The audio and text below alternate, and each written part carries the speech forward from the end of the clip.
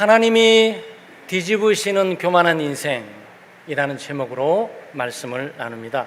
사람은 누구나 높아지기를 원합니다. 더 좋은 자리를 얻고 싶어하고 더 많은 인정, 더 큰 영향력을 받고 싶어 합니다. 성경은 이런 문제에 대해서 문제를 제기하지 않습니다. 단순히 높아지는 것 자체, 단순히 더 많이 얻는 것 자체, 단순히 더 많이 누리는 것 자체를 성경이 뭐라고 비난하지를 않습니다. 그렇지만 준비 없이 받게 되는 것, 인격의 준비도 없고 삶의 준비도 없고 믿음의 준비도 없이 높아지고 또 인격의 준비가 없이 풍요한 부를 누리게 되는 것, 그것들에 대한 문제를 제기하고 있습니다. 그래서 오늘은 종이 임금이 되는 것, 종이 왕이 되는 거죠. 갑자기. 그리고 미련한 사람이 배부르고 떵떵거리고 살아갑니다. 그리고 미운 여자가 놀랍게도 좋은 데 시집을 가가지고 사회적 지위와 평판을 얻고 살아가게 됩니다. 어느 날 여종으로 있던 종이 갑자기 안방마님으로 등장을 하게 됩니다. 여러분 보시면서 다 꿈꾸는 내용 같잖아요. 이거 인생 역전이다, 인생 반전이다. 그래서 여러분 드라마를 보면서 그 역전과 반전에 깜짝 놀라잖아요. 주인공 저렇게 가난해서 어떻게 그러다가 어느 날 딱 회장이 돼서 쫙 나타나는데 전부들 충격을 받잖아요. 네, 이 모습이 오늘 본문에 그려지고 있는 그 모습입니다. 그런데 단순히 인생 역전 반전되었다는 좋은 소식을 알리려고 주는 것이 아니고 준비되지 못한 사람, 인격이나 삶, 또 마음의 준비가 되지 못한 사람이 높은 지위를 얻게 되고 많은 부를 얻게 되게 될 때 오는 그 고통과 아픔들, 무질서와 혼동들, 그것들을 지금 가르쳐 주려고 하고 있는 내용이에요. 그래서 여기 진동시킨다 그러잖아요. 네, 세상이 진동시킨다 그러잖아요.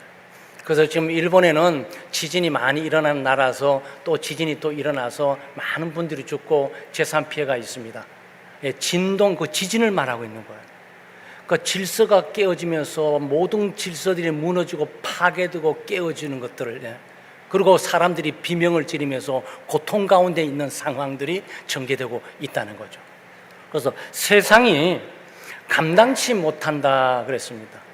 감당치 못한다는 얘기는 사람들이 온전하게 이 숨을 정상적으로 쉬면서 편하게 살지를 못하고 어쩔 줄을 몰라 하고, 그리고 큰 두려움과 공포 가운데, 그리고 좌절과 절망 가운데 극한 분노를 견딜 수 없다 하는 모습이 여기에 진동시킨다는 그런 내용이고 또 감당치 못한다는 내용입니다.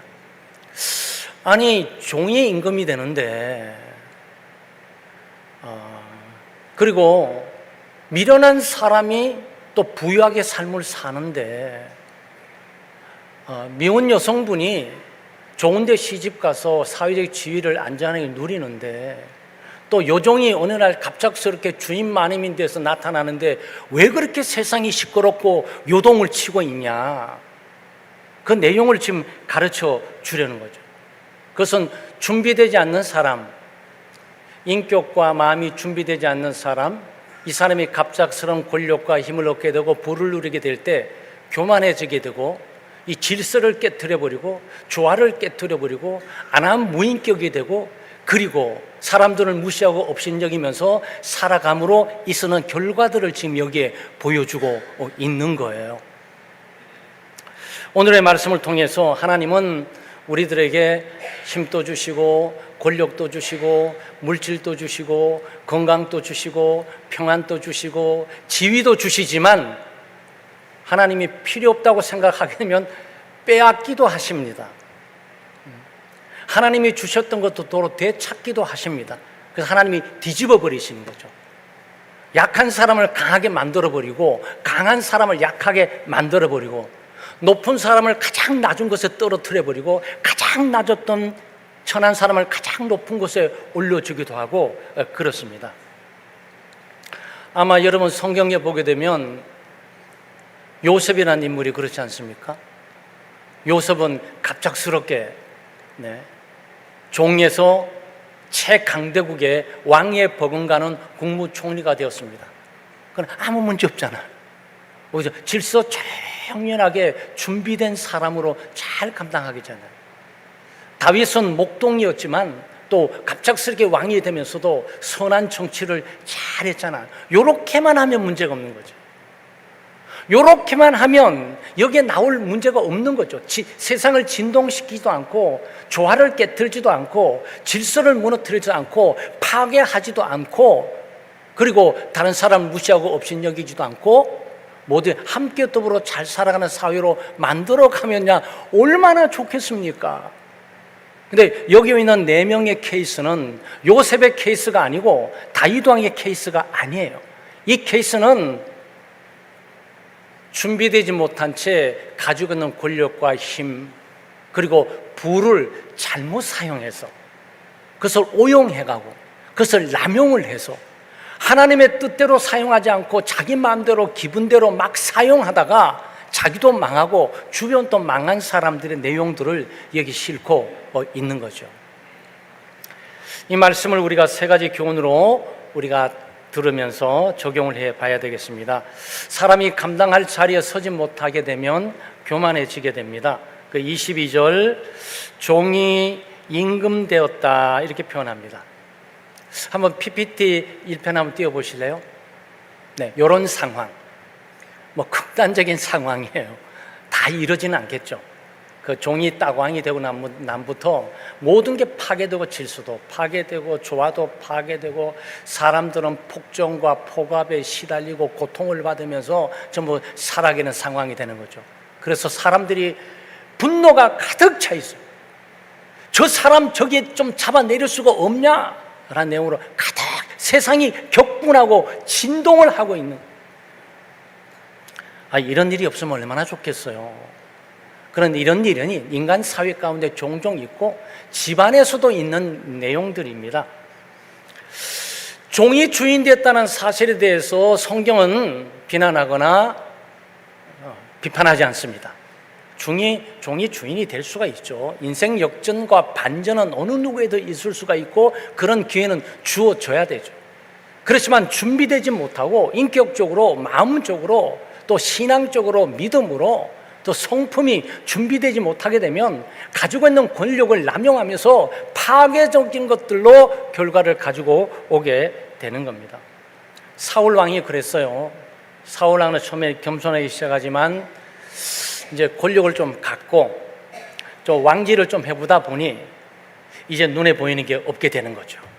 사람들이 자기를 다 두려워 떨고 이렇게 하게 되니까 이제는 하나님도 무시해버리고 하나님 말씀도 무시해버리고 드디어 자기의 기본적인 본성이 나오면서 그리고 자기 마음대로 자기 생각대로 자기 기분대로 결정하고 선택하고 막 나가는 거예요. 그래서 결국은 하나님께서 그 왕자를 빼앗습니다. 그 전쟁에서 아주 비참하게 화살에 맞고 죽게 만들고 그리고 다윗에게로 넘어가게 되죠. 그래서 다윗은 달라요. 다윗은 목동에서 왕이 되었지만 사울 왕의 전철을 밟지 않습니다. 왜 그렇습니까? 네, 준비되어 있거든요. 네, 양을 돌보면서 하나님의 백성들, 이 국가의 백성들 양처럼 생각하면서 양이 주변의 야생 동물로부터 잡혀 먹힐까봐 어떻게든 보존을 밤이 새도록 보존하고 양이 빼빼 마르고 병들게 되고 잘 먹이면서 늘 거기에 집중해 있는 것들을 훈련을 받았어요. 훈련된 사람, 오랜 시간 훈련과 인격을 받은 사람이 왕이 되니까 그 태평천하가 이루어지게 되면서 통일이 이루어지는 국가로 나가게 되는 거죠. 하나님은 먼저 사람을 낮추시고 높이세요. 그래서 낮은 고비를 걷지 않고 갑자기 높아졌다면 굉장히 위험한 지점이 있는 거예요. 모든 사람이 그래요. 그래서 하나님이 높이는 방법은 뭐냐면은 낮은 쪽에서 천천히 올라가서 정상을 향해 가도록 되어 있어요. 예수님이 이 땅에 오셨고 인간이 되셨고 또 종의 모습을 가지시고 십자가에 못 박혀 죽으시고 또 죽음 가운데 있다가 부활을 하시고 승천하셔서 하나님의 우편 보좌에 있는 것처럼 낮은 곳에서 올라가도록 돼 있어요. 그래서 하나님은 겸손한 자를 들어 쓰시고 낮은 자를 들어 쓰시고 준비된 자를 들어 쓰시는 것을 우리가 보게 되는 겁니다. 그래서 부모의 직분도 높잖아요. 어느 날 갑자기 부모가 되잖아요. 결혼하는 분들이 되면서 부모 될 것을 생각지 못하고 사랑하고 결혼하고 있다가 1년에 있다가 아이가 덜컥 나왔어요. 갑작스런 직분이 생긴 거야. 이거는 어머니, 그 위대한 어머니, 아버지라는 노란 신분 상승과 직분을 딱 갖게 되는 겁니다. 이때 잘해야지. 그런데 전혀 준비되고 있지 않다가 인격도 준비되지 않고 삶도 준비되지 않고 믿음도 준비되지 않고 철부지처럼 결혼한 아이가 있으니까 아이를 귀찮아하고 괴롭히면서 막 이렇게 가면 어떻게 되냐고요. 교회 직분도 마찬가지죠. 빠른 직분 받는 게 능사는 아니에요. 네, 천천히 섬김을 다 배우고 가정 고초와 오해와 사람들의 비난과 비판 가운데서도 참고 견디면서 잘 가다가 그런 분들이 집사님 되고 권사님 되고 장로님 되고 또 선교사 되고 목사가 되고 그 길로 가게 되는 거죠.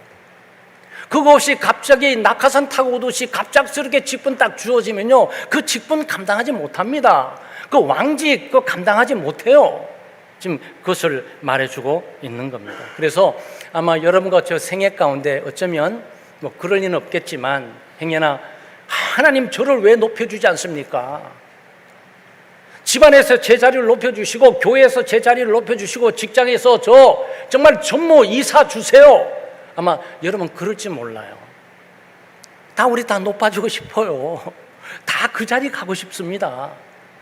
근데 하나님은 우리에게 뭐라고 말씀하냐? 너 그 자리에 가기 전에 인격을 준비해. 실력을 준비하라고.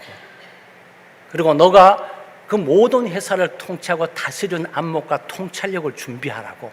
그 준비가 먼저야. 주님은 우리에게 이렇게 말씀하신다고.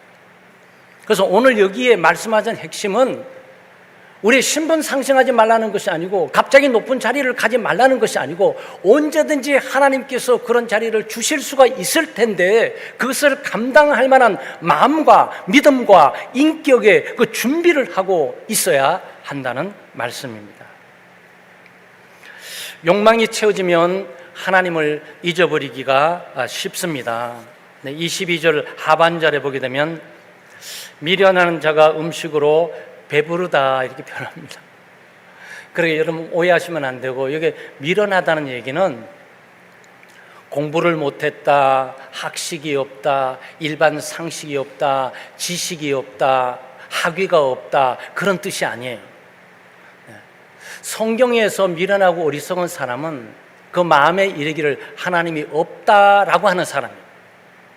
학위가 있던 지식이 있던 학문이 있던 교양이 있던 처세술이 있던 관계없이 미련한 자는 하나님을 모르는 자예요. 하나님을 믿지 않는 자고 하나님의 말씀을 따르지 않는 자고 하나님의 말씀에 순종하지 않는 자예요. 이 사람이 미련한 사람이에요. 근데 이 미련한 사람이 배부르다 그러는데 이 배부르는 것은 아침 식사, 점심 식사 또는 저녁 식사 배부르게 먹었다 그 뜻이 아니에요. 물질이 차고 넘쳐가지고 엄청난 부와 풍요를 누리고 이 풍요 더 이상 누릴 것이 없을 만큼 만족스럽게 채워지는 상태를 지금 말해주고 있는 거죠. 이 정도 있으면 얼마나 좋겠습니까? 창덕교회 어렵구나. 헌금 1억 딱 하고 말이죠. 뭐 수천억 있으니까. 네? 그리고 구하면 좀 어렵구나. 구하면 하나 지어줘야 돼. 딱 하고 말이죠. 이 지역 보면서 지역에 있는 아이들이 너무 어렵구나. 내가 이 지역 사회 구청에 얘기해가지고 내가 장학기금을 한번 줘야 되겠다. 뭐 이렇게 써야 되잖아요. 그런데 이 탐심이 있고 탐욕이 있었어요. 부가 있다 그래가지고 그 부에 만족하냐 그렇지는 않아요. 그 부를 더하는 또 욕심이 생겨요. 20평에서 30평 가고 싶고 30평에서 40평 가고 싶고 40평에서 내 집 마련하고 싶고 내 집 마련하면 대지도 얻고 싶고 땅도 얻고 싶고 막 그렇게 가는 거예요. 사람이 만족할 줄 몰라요. 여기에 미련한 자, 하나님을 모르고 하나님을 의지하지 않고 신뢰하지 않고 하나님의 뜻을 따르지 않는 사람에게는 풍요와 부요를 줘도 준비되어 있지 않기 때문에 이것을 쓸 수가 없어요. 바르게 쓸 수가 없어요. 그리고 있는 부에 대해서 사람들을 무시하고 업신여기고 경멸하게 되고. 한번 두 번째 사진 한번 띄워보실래요? 이걸 자기도 옛날에 굉장히 가난하고 어렵게 살았는데 메뚜기 개구리 올챙이 시절 모른다고 자기도 옛날이 어려웠잖아요. 그런데 돈 좀 벌어가지고 지위도 있고 안정된 삶도 살고 대지도 있고 하는데 주변의 사람들을 돕고 세우는 것이 아니고 지적하고 판하고 또 왜 이자를 안 내놓냐 그러고 막 그냥 괴롭히는 거죠.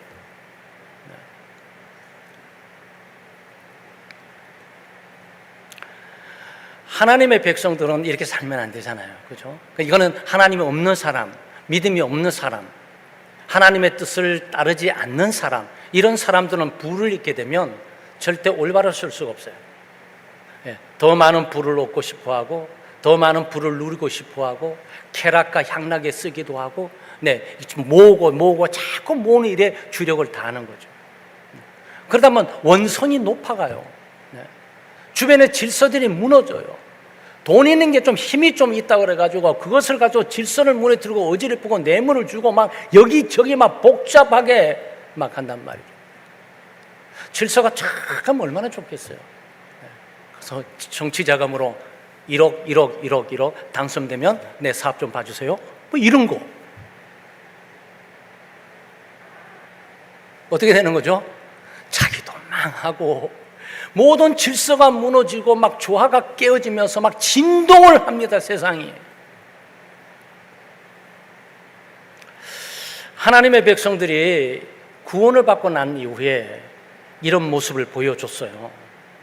하나님으로 만족하지 않고 400년 동안 노예 생활했잖아요. 애굽에서 400년 동안 노예 생활했으니까 하나님께서 그들을 해방시켜 주셨습니다. 8월 15일 우리도 조국 광복절이 다가오고 있는데 해방시켜 줬어요. 가난하던, 질병이 있던, 집이 없던, 땅이 없던 해방되어 가지고 자유와 기쁨으로 살아갈 수 있는 이 환경이 얼마나 감사하냐고. 그래서 하나님께서 인도하셔 가지고 홍해를 가르시고 홍해를 건너게 하셨어요. 광야의 삶이 있는데 이 광야의 삶은 척박하거든요. 집단하면 고생인데, 아니 거주할 것도 없고 먹을 것도 없는 이 광야에서 이제 가야 돼요. 어디로 가다? 하나님이 약속하신 젖과 꿀이 흐르는 가나안 땅으로 하나님이 인도하고 계신다고요. 그거 좀 참으면 되는 거지. 참게 되면 가게 되면 거기에 젖과 꿀이 흐르는 가나안 땅, 하나님이 주시는 약속이 거기에 있는 풍요가 있는데. 그래서 하나님이 낮에는 구름 기둥으로 가려주십니다. 햇볕을. 요즘 햇빛 너무 따가워요. 그죠?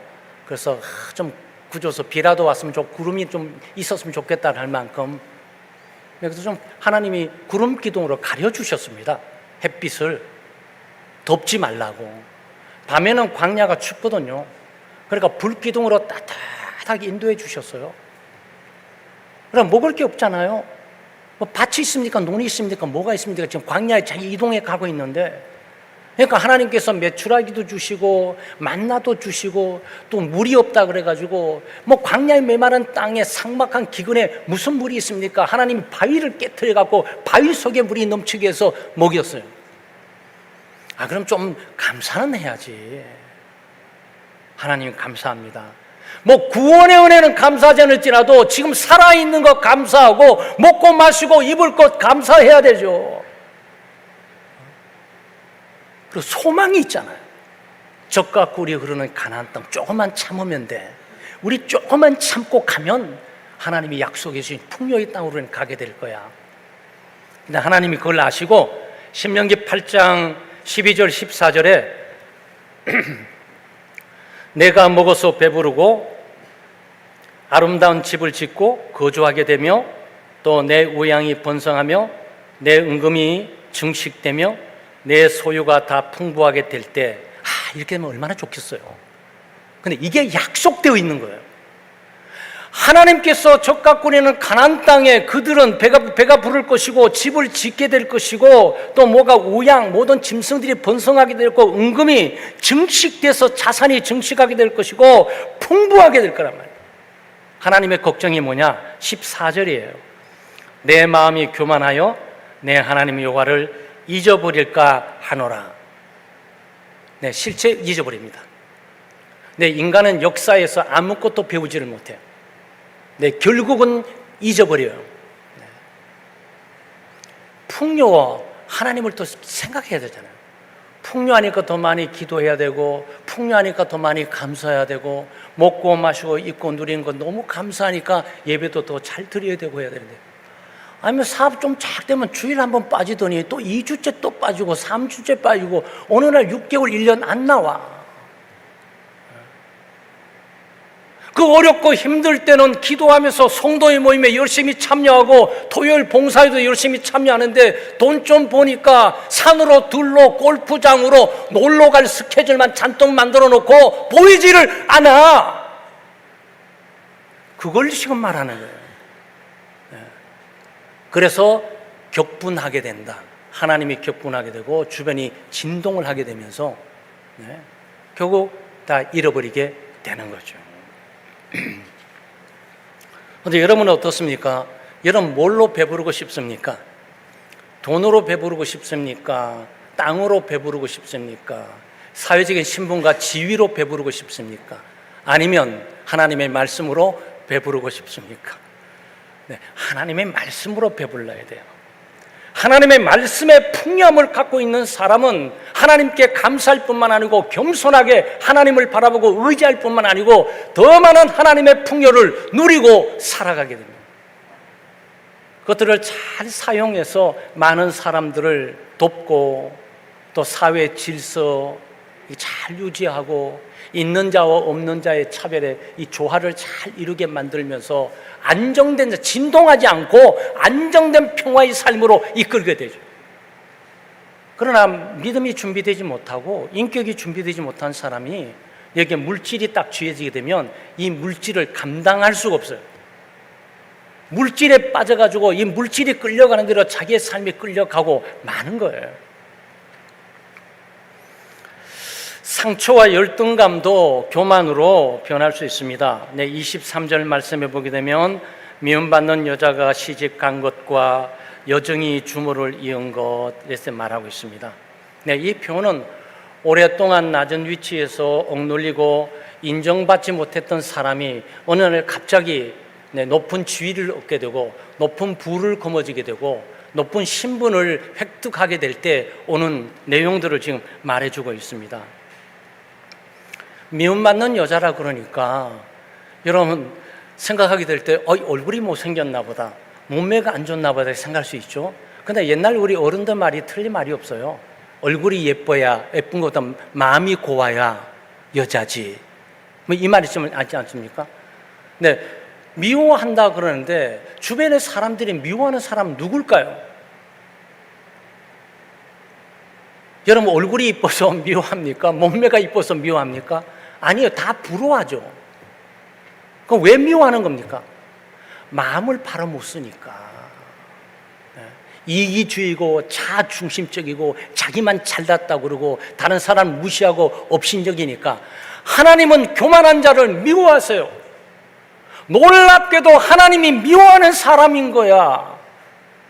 이 사람은 아름다운 얼굴과 몸매 고움을 갖고 있을지라도 믿음이 없을 뿐만 아니고 하나님을 의지하고 신뢰하지 않고 살아가는 사람을 우리가 보게 되죠. 그런데 이런 사람이 시집을 또 잘 가네. 여러분 지금 여기 미혼 여자가 시집 갔다 그러잖아요. 지금은 뭐 시집 가고 하는 것보다 결혼했나 보다 이런 생각하잖아요. 결혼했나 보다. 근데 고대 사회는 시집 갔다는 얘기는 놀라운 일이에요. 네. 과거의 고대 사회는 아이들이나 여성들 또 미혼 여성들은 그야말로 불안정한 거예요. 마치 물건처럼 취급을 받았고 불안정해요. 그런데 결혼에 시집을 가게 되는 것은 뭐죠? 사회적인 안정을 누리게 됐다. 사회적인 지위를 얻게 됐다. 신분을 획득하게 됐다. 남자의 집안의 신분이 어떤가에 따라서 그 며느리 신분이 달라지게 되는 거예요. 신분 상승이 이 속에 들어있어요. 뿐만 아니라 또 뭐가 있죠? 가서 덜컥 집안에 애를 하나 딱 낳았네. 가문의 대를 이을 애가 이게 딱 생산된 거예요. 이건 뭐죠? 가문을 이을 수 있는 명예가 이게 주어져 있는 거예요. 그래서 시집은 간단하지 않아요. 네. 그렇지만 이게 하나님이 기뻐하는 사람이 갔으면 얼마나 좋겠어. 그런데 이렇게 돼서는 안 되지만 미운 사람이 그 자리로 간 거야. 가장 좋은 지위를 얻고 가장 좋은 안정된 삶을 살고 저 집안 아이까지 덜컥 나서 어른들 다 돌아가시면 저 집안 자식이 저 대를 다 이어가는데 이 궁전 나라로 치가 되면 태우가 되는 거구나 라는 이런 분위기란 말이죠. 그런데 잘해야 되는데 한번 사진 한번 PPT 3번 한번 띄워보실래요? 가서 잘해야 되는데 집에서 깨진 쪽박이 밖에 나가서는 왜 안 깨지겠어? 좀 잘해야 되는데 가서 시댁 어른들이 쫙 앞에서 남편과 싸우고 다툽니다. 그 성격 어디 가겠습니까?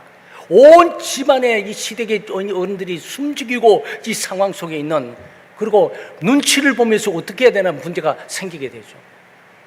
결과는 어떻게 될까요? 여러분 상상에 맡길게요. 고대 사회에 어떤 일이 벌어졌는지 상상에 맡길게요. 지금 뭘 말씀하고 있는 거죠? 신분이 사람을 보장해 주지 않는다. 그 사람의 환경이 사람을 보장해 주지 않는다. 그 사람의 결혼이 미래를 보장해 주지 않는다. 그것을 누릴 수 있는 인품과 성품과 믿음을 준비해야만 밖에서도 살아갈 수가 있다. 그런 뜻이에요. 아무리 좋아도 여러분 그 성격 어디 가세요? 아버지 비난하고 공격하고 어머니가 날마다 싸우고 동생들 날마다 그냥 잔소리했던 친구가 어느 날 결혼 잘했다 가지고 그 집안에서는 안 할 것 같아요? 분명히 어느 순간에 나오는 거예요. 그 한순간 나오는 그 부분이 바로 질서를 깨뜨리고 조화를 깨뜨리면서 온 집안을 진동시키는 일들이 일어나게 된단 말이죠. 이런 일이 없어야 되지 않겠어요? 그러니까 준비되어야 되는 사람만이 가능할 수 있는 거예요. 그 놀라운 축복의 현장, 신분과 지위 상승의 현장, 미래에 대한 모든 집안의 명예를 끊어낼 수 있는 그 현장에서 준비된 성품은 그것을 이어받고 더 빛나게 이어나가게 된단 말이죠. 그렇지 않으면 그 집안 또 다 망가뜨리고 그냥 자기도 망해지고 되고 막 이런단 말이죠. 요정이 주마가 되는 것은 또 어떻습니까? 참 대한민국에요, 그 종제도가 있을 때 한국의 첫 번째 교회 장로님이 종이었어요. 장로님이 종이라고, 사회적 신분이. 대감마님이 저 뒤에 평신도로 앉아 있었어요. 그래서 충격이, 대한민국이 충격이었어요. 여러분, 기독교 세계 가운데 그 선교사들이 굉장히 어려웠습니다. 대감들의 정치적인 압력 때문에. 대감들은 정치적으로 교회에서도 자기 자리가 저기가 있어야 된다고 생각을 한 거예요. 그런데 선교사들은 그게 아니라 하나님이 선택하시고 하나님께서 사명을 주셔서 일을 해야 된다고 생각을 하고 있으니까 좀 안 맞잖아요. 그 여종이 이렇게 있는데 여종이 많은 가운데 어느 날 이 여종이 주인으로 등장하는 거야. 안방 마님으로. 그러니까 이 집안이 얼마나 놀랐겠어요. 안방 마님 돼도 괜찮아요. 뭐가 문제겠습니까? 하갈도 안주인이 됐었는데, 됐으면 어떡합니까? 이 집안을 잘 다스려야 되잖아요. 종들 하나하나 잘 다스려야 되고 성품적으로 보고 다스리고, 자기가 거기 있었으니까 그 세계 삶을 누구보다도 잘 알잖아요. 그 아픔과 서러움과 우울함을 누구보다 잘 알잖아요. 그것들 본인이 대변하고 그 잘 배려하면서, 그리고 질서 있게 자기 마음대로 자기 마음에 드는 친구는 상 잔뜩 주고 마음에 안 드는 친구는 열심히 일하는데도 괴롭히고 막 이러면 안 되잖아요. 왜? 안방마님은 질서를 지켜야 되니까 상벌이 분명히 해야 되잖아요. 조종은 내 마음에 들고 참 내가 좋아하는 종이지만 네가 잘못했으니 너는 100대를 맞거라, 이렇게 해야 되잖아요. 이게 안 된다고요. 왜? 그 훈련을 받지를 못했어요.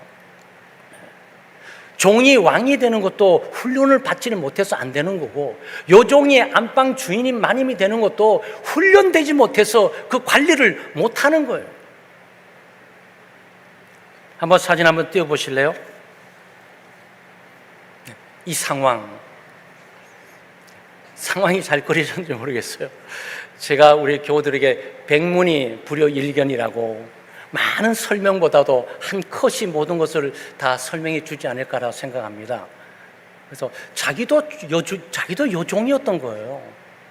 그럼 자기가 요종이었으면 안방마님이 딱 되게 되면 이제는 품위도 지키는 법을 배워야 되고, 이 종의 자세에서 주인의 자세로 해서 좀 너그럽고 관대하게 자기의 서러움과 아픔이 있던 모든 외환을 같이 했던 그 친구이자 손후배간에 있던 친구들을 잘 배려해야 되는데 더 많이 압제를 해, 더 많이 괴롭혀요. 이래서 안 되는 거죠. 하갈이란 사람이 이걸 잘 대변합니다. 아브라함의 집이 있는데, 여러분 구약 성경 익숙하지 않습니까? 아브라함과 사레 부부가 굉장히 부자입니다. 근데 집안을 이끌어갈 아들이 없어요. 한 20년이 흘렀는데 아들이 생기지를 않는 거예요. 그 집안의 대가 끊기게 됐으니까 얼마나 고민이 크겠습니까? 하나님께서 좀 기다려라, 내가 약속했지 않냐, 기다려라 그러는데 그 하나님의 시간을 못 참아가지고 그래도 인간적으로 조치를 취한다고 여주인마님 사라가 결단을 딱 합니다. 여보, 내 여종이 하갈이 있잖아. 여종들이 많이 있는데 그 중에 하갈이 있잖아. 하갈 내가 당신 침실에 보내겠어. 우리가 작은 안방으로 삼고 그 낳은 아기가 있으면 우리 집안을 이끌어 갑시다. 그렇게 됐어요. 그렇게 돼 하갈이 동침을 내고 결국 아이를 하나 낳습니다. 얼마나 성공을 했고 얼마나 감사한 일입니까? 그 집안, 인간적으로 볼 때 그 집안도 감사한 거고, 아브라함도 마음이 푹 넘어서 얘 죽어도 괜찮겠다, 저 자식이 있으니 모든 대를 물려주고 있겠구나, 그리고 정말 이 모든 걱정했던 부분이 해결됐구나, 이렇게 생각했을 거 아니겠어요?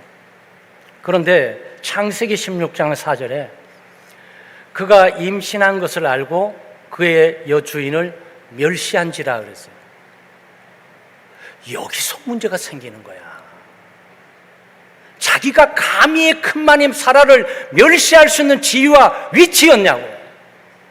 그러니까 여기에 인격이 안 돼 있고요, 마음가짐이 안 돼 있고 믿음이 안 돼 있다 보니까 이런 일이 생기는 거예요.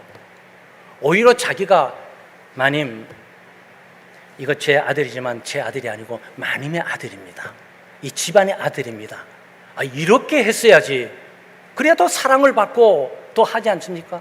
이것 때문에 갈등이 생겼어요. 사라가 그 치욕을 견디면서 계속 있겠습니까, 여러분?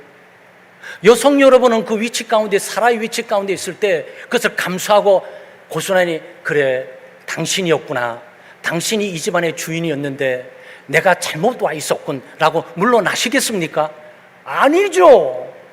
여기 정실 마님일 뿐만 아니고 집안을 지금까지 다스렸던 사람인데, 그리고 자기 여종으로 뒀던 하갈이란 여종이 아이 하나 임신했을 뿐인데 그것도 자기가 가정 치리상의 문제 때문에 양보를 하면서 남편에게 보내서 주어진 것이니까 이 제대로 가야 되는 거 아니에요, 말이에요.